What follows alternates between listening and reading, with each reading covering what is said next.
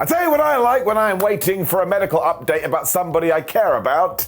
A tease. That's what gets me going. So I don't want the doctor to walk out and tell me whether my friend or family member is going to live or die. I want them to come out and say, I'll tell you in an hour or so, because who doesn't want a cliffhanger? If you haven't been able to figure it out, this is what we did at the start of Raw with Cody Rhodes. Like, oh, well, you want to know if he's okay or not? Well, you better sit there and wait, like you've been grounded by your mother. Also, hello, my friends, and welcome to Ups and Downs, the stupidest wrestling review show there is. And I have claimed that #1 spot, and I am not going to let it go. But it does mean I have to take my brain and my opinions and my finger of power the fop.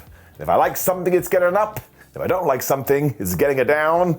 So let's do exactly what I just said and up those down. CM Punk then walked to the ring to kick things off this week. Given his latest track record, that usually means a pretty good segment is incoming. He warned the Tea Garden because they were chanting his name. That may get him in trouble when I spied in the front row a wonderful sign and it said, "Simon, give me an up. Bless your hearts." Because I had one of those weeks last week, so to see this did make me feel warm and fuzzy in my tum-tum. So genuinely, my friends, thank you very much. You're all awesome, and it just fills me with glee. And who doesn't want to be filled with glee? I'm also your humble servant. So I'm giving you an up. Punk then admitted he has been in somewhat of a bad mood the last few days, because a couple of weeks ago he wasn't thinking about Seth Rollins at all, but now after they did come to blows, well, he started to realise he can't get him out of his head. So maybe eventually they are going to have a fight. CM then proved that he does watch the show, because he was all like, oh man, I bet Seth's music's about to hit any second now. He's going to come out wearing those Elton John sunglasses, but he's not Elton John. It's like, he's not Elton John? The whole time I thought it was Elton John. I even told people. He also copied Seth's laugh and actually did a very good job. And his whole point was this: you can act and look like you are CM Punk, but you ain't no CM Punk, pal, because there's only one CM Punk. He also did admit that Rollins was telling the truth. When he did leave WWE, he did ghost him, but Punk isn't worried about the past and he's looking towards the future. Now, I actually think that's a very important line because, of course, it tells you that when it comes to Mr. Rollins, well, he is actually speaking the truth. CM also said at times he has been the bad guy, but who isn't that true from? We've all found ourselves in that position at one point in our lives, and really when he breaks it all down like D-Generation X, there are no bad students, there's only bad teachers, so this is on him. So if Rollins wants to come to the ring, he will give him a free wrestling lesson. That's like, oh no. There was another guy that tried this too, and his name was Drew McIntyre, so Rollins better make sure he's tougher than that guy, because if they do get into it, there is not enough staples in the world to put him back together again. And I was like, well, one, I don't think that is true. I think we do have a lot of staples on planet Earth. Also, two, what the hell are you talking about? I don't think Seth Rollins is Humpty Dumpty. Seth then appeared in the crowd, which was actually very interesting, but he had a great line. He was like, oh, well, I just wanted to stand out here and get the fans' perspective of you, and nope, you're still an asshole. Punk then sort of joked it was nice to see Rollins among the CM Punk fans when Seth went totally off here. He's like, I'm not ashamed. I love being a fan. I am a fan. And do not forget, Mr. Punk, after you left WWE, you tried to kill this place, but because I do love it, I put it on my back and I marched it to the promised land. That is why he has main evented WrestleMania, but CM Punk never has, and he's never going to. When he also called him Phil. That's when I suppose we did step over the line, because CM Punk got out the ring and Seth Rollins went towards the ring, and these two started to whoop each other's butt. Officials finally separated them, and my friends, the rumors are true, because come that 6th of January Raw, that is debut on Netflix, we are actually doing Seth Rollins versus CM Punk. We are not in Toto anymore, Kansas. They are just great together though, because they are using real life events to blur the lines. So we stand there like massive nerds going, well, I'm sure they don't hate each other for real, but maybe they do, and that's wrestling's secret sauce. If this does live up to expectations as well, we may have a match of the year candidate in the first week of January, which is absolutely redonkulous. But this is most totally getting it up. Finn Balor was then sad backstage. That makes all the sense in the world, given his catchphrase is meant to be, if you listen to Finn, you will definitely win. And ever since he started saying that, I don't think he's got one victory. Liv Morgan even used that line and stabbed the knife in deeper, which I thought was very mean. Especially because she was like, well, you didn't actually win at Saturday's main event, but you know who did? Me. Balor was then very surprised because he was like, you meant to be the Judgment Day. Why weren't you helping me at the weekend? But again, Liv just continued to wreck this guy because she was like, well, we thought you had it, my boy. I didn't realize you were going to get murked. Liv then reminded Finn he better start focusing on his tag team title defense later because the Judgment Day are actually banned from ringside.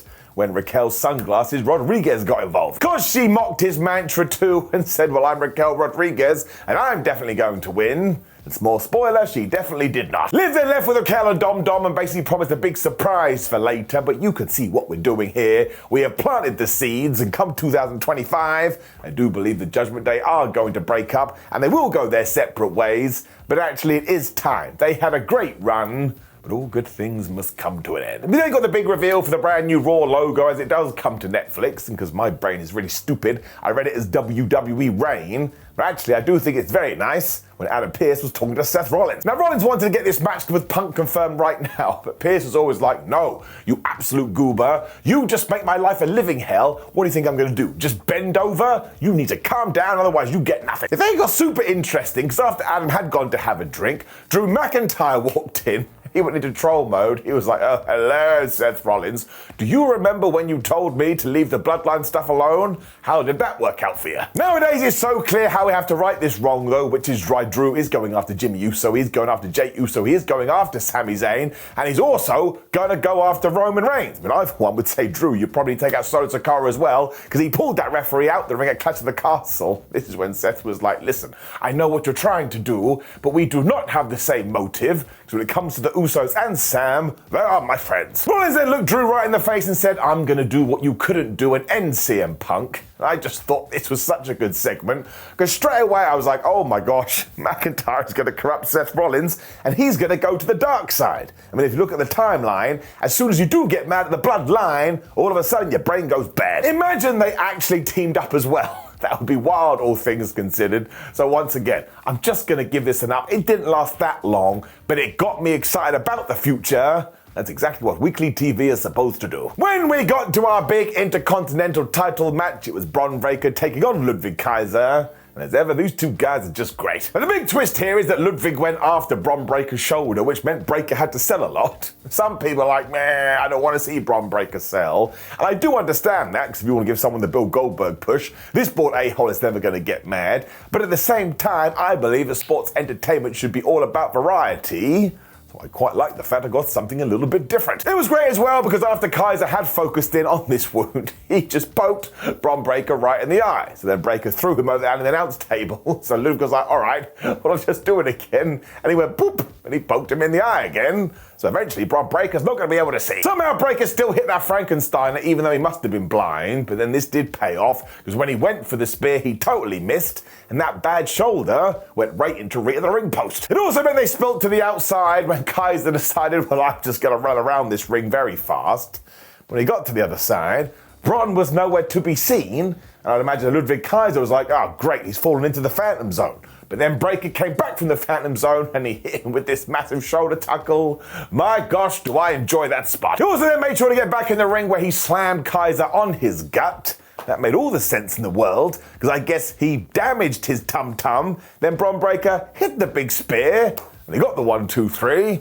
He is still your Intercontinental Champion. So yeah, maybe I scooted through that a little bit too fast, but Ludwig obviously was trying to make Daddy Bowser proud here, but that totally didn't work. And either way, it just doesn't matter. I love it when you get a very clear winner. I like it when you get a very clear loser, because I now believe that WWE is going to have a bunch more stories. Now, I actually think in 2025, Ludwig Kaiser will be the IC champion, but you probably can't go back to it now. So I have to watch this space. This got a solid 15 minutes plus though, and I enjoyed every single second.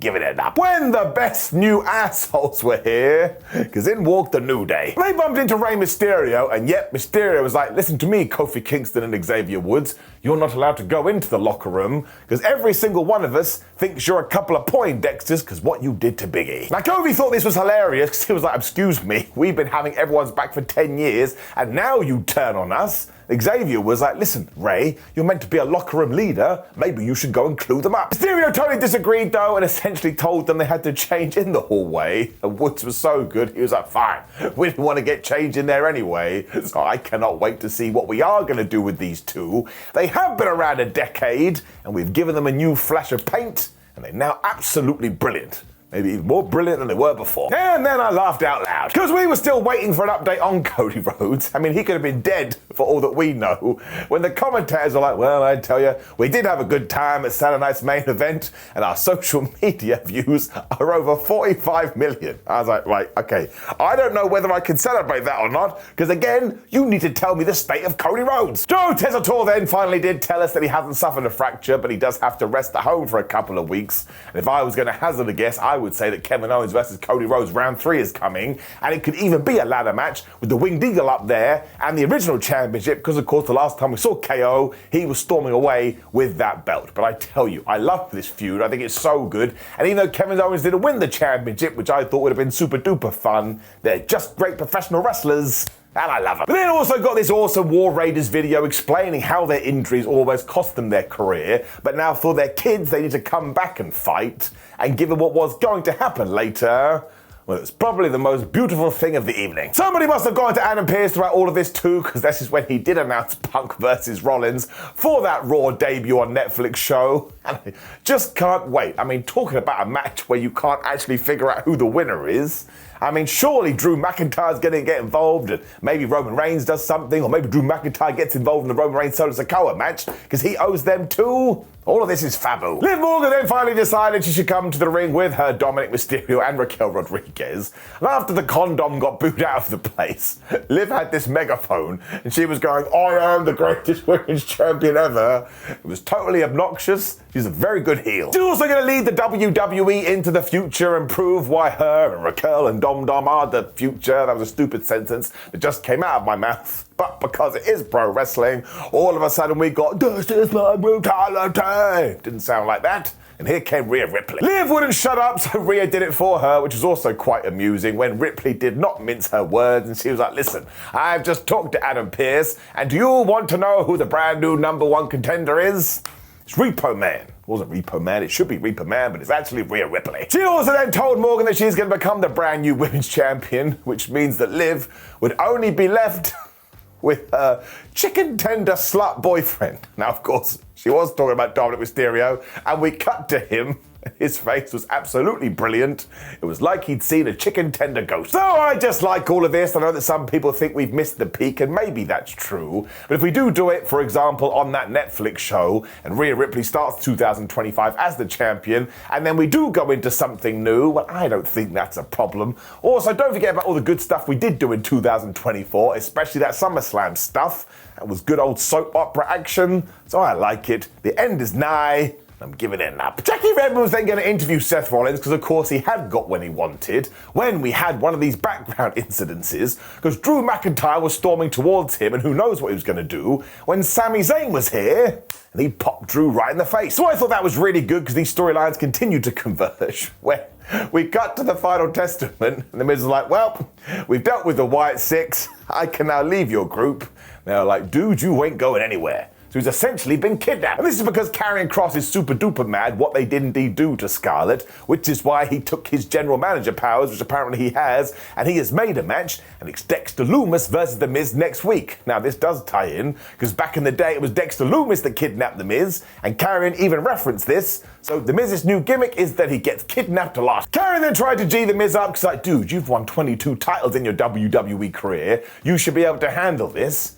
When The Miz left, and Razor actually spoke. That's right, he talked. I was like, man, I didn't even know you had a voice. He wanted to know what Karrion really thought about The Miz, and of course this is all spooky wooky and weird, and even Paul Ellering got involved. And Karrion Kross basically said, I am the devil, man, and I'm going to show you what the deal is. And I was like, well, I didn't know you were the devil. That changes everything. I really do quite like this story, though, because even though it's under the radar, it does feel like it's building to something. And the fact the Final Testament have a win over the Wyatt Six, well, I think this has to have a big old ending and a big old consequence. We wait and see. This is when we congratulate Chelsea Green for winning the US Championship at Saturday's main event, and that was brilliant, and also it tied in here, because it was time to carry on our Women's Intercontinental title tournament.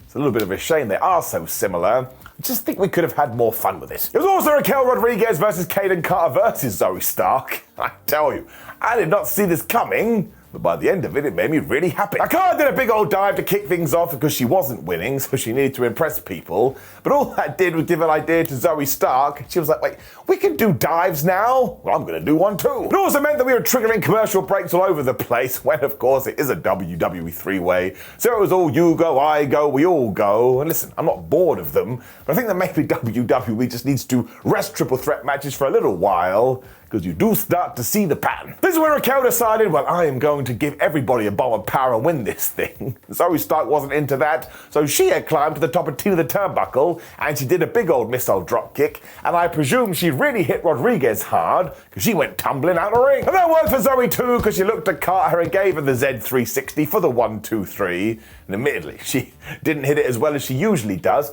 but Zoey Stark progressed to the next round of the IC tournament. I did not see that coming. As I've told you before, we stand Zoey Stark on this show. I wouldn't mind at all if she became the first Intercontinental Champion, although I'm also rooting for Natalya for obvious reasons. But that is the benefit of these tournaments. We're finally giving people some wins that deserve some wins and shining a spotlight onto them. That's what both these belts should do, which should give us more structure to the division, especially when we do the big call-up from NXT. So I thought this was solid. It's perfectly fine. Truth then found the Alpha Academy because he wanted to have some good times.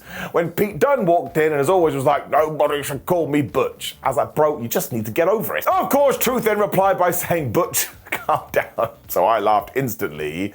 And Peter basically told him, if you do this again, I will kill you, when he got interrupted by American Made. Now, Chad Gable has clearly decided to go in a time machine. Because he was like, right, you know what? I am done with you guys. You're a bunch of idiots. And I'm going to start with you, Tozawa. And I'm going to make my way through the whole lot. So I presume eventually we're going to get Chad Gable versus Maxine Dupree. It's going to be interesting. Obviously, that's not going to happen. And instead, what I do think is going to go down is come the January 6th Raw, we shall do Otis versus Chad Gable. And listen, that's brilliant. It's better late than never. But it's also better never late. I just feel like it's crazy that we have gone back to this.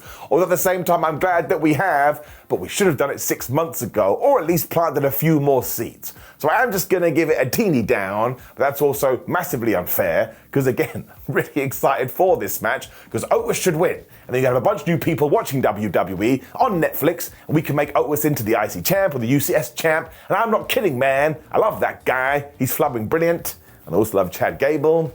He's one of the most underrated professional wrestlers there is. Jackie Redmond then found the New Day. They were actually getting changed in the hallway. They then got melted again, though, because they weren't able to get a word out, because we had another assault in the background. This time it was the Pure Fusion Collective taking out Kairi Sane. And I don't mean for dinner. And now listen, let's make sure we keep the Pokemon group on television. Obviously this all does work in, because Dakota Kai is going to take on Zoey Stark in the IC tournament. So now you've got these two groups going together. One of my big criticisms of 2024 is that we formed the Pure Fusion Collective. We never actually explained what they were doing. Then they vanished again. So now we do have some seeds. Let's make sure we plant it into a tree.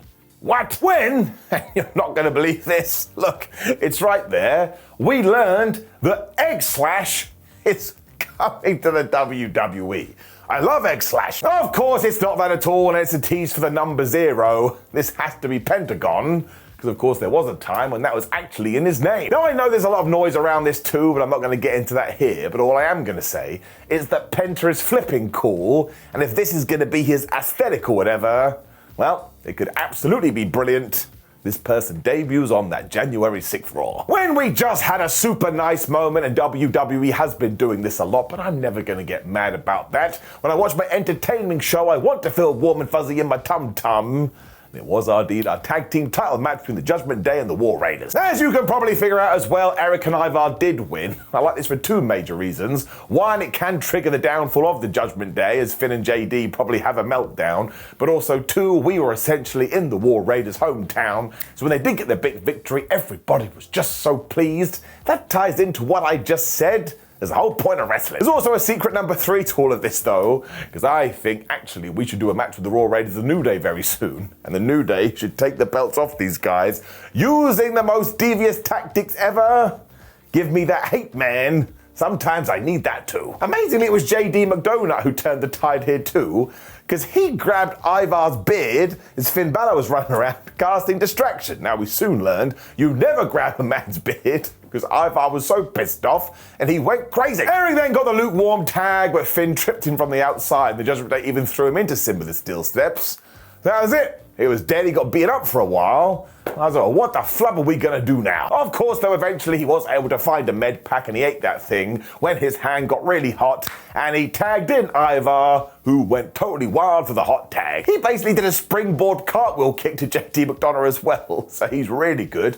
And he grabbed JD and gave him an avalanche world's strongest slam. And that must have sucked. They got stopped at the 1-2-0. We then got another good near fall because the Raiders were able to hit a double bomb of power when Balor once again broke it up. He then booped Ivar out of the ring, but then the War Raiders wanted the War Machine, which is their finishing move. We then switched reverse that though because Finn Balor and JD were able to get back into this, and after a double team, Balor hit the coup de grace, but that also was broken up the 1-2-0. Then we had the War Machine, and that was broken up the 1-2-0. This was really good. We got a really cool finish as well because JD at one point got a chair, which is actually a distraction within a distraction, because Balor was like, ha ha, no, I'm going to get a chair of my own, but before he could use it, Damian Priest teleported in. He was like, nah, brah, that ain't happening to you.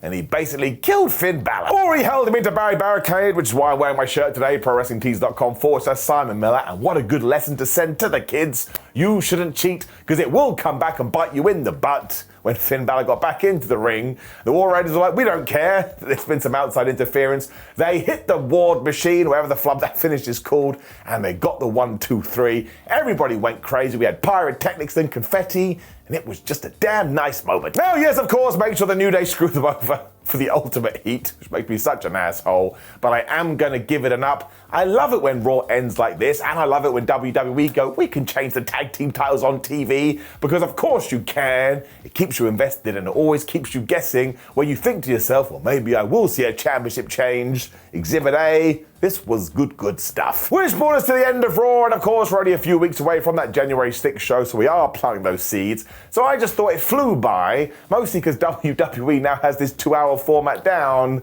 Then of course in 2 weeks they're going to change back to 3 hours. Whatever, we'll deal with it as it does come. Let's get it up. Now, of course, please do leave me a comment below and let me know what you thought about last night's episode of Raw. Like the video, share the video, and subscribe. Click the video on the screen for ups and downs for Saturday night's main event so we can find out whether Cody Rhodes is dead or not. Otherwise, my friends, have a terrific week, and I'll see you every single day.